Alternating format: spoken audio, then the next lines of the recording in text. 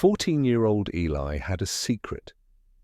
He wasn't afraid of heights, not snakes, not clowns, but the dark. The dark paralyzed him. It wasn't just a nervous kind of fear. It was the kind that turned his blood cold, the kind that made him check every corner of his room twice, 3 times, before even thinking of turning off the light. He used excuses to stay up, homework, texting friends, just one more video. Anything to avoid being alone in the dark, but it wasn't always this way. It started 1 year ago, the night his dad left and didn't come back.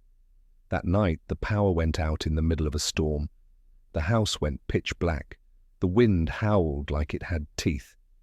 And Eli swore he saw someone or something standing in the hallway just beyond the glow of the lightning. No one believed him. "You were scared, Eli," his mom said. "It was just your imagination." Maybe, but Eli never forgot that shadow or the eyes. Now he was alone shortly after dusk. His mom had gone to visit his grandmother for a bit. He told her he'd be fine. He even believed it, until the power went out. Again.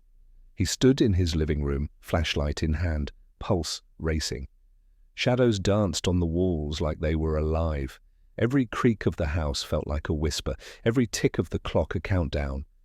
Then the flashlight flickered and went out. Panic hit him like a wave. He stumbled backward, gasping, his mind screaming, "Not again, not again, not again." But then he stopped. Eli stood still.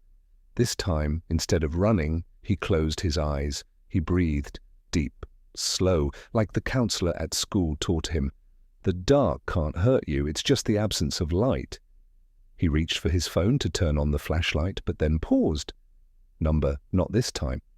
He walked through the house in total darkness. His heart still pounded, but step by step, breath by breath, he moved forward, to the hallway, to his bedroom, past the spot where he saw the shadow a year ago. Nothing grabbed him, nothing whispered, nothing watched. He sat on his bed, still in the dark, and for the first time in a long time, he didn't feel afraid. The lights blinked back on 10 minutes later, but Eli had already won. A few minutes later, Eli's mother had returned home. It felt as though she had been gone hours, but it had only been a few minutes. She told him that she left something behind.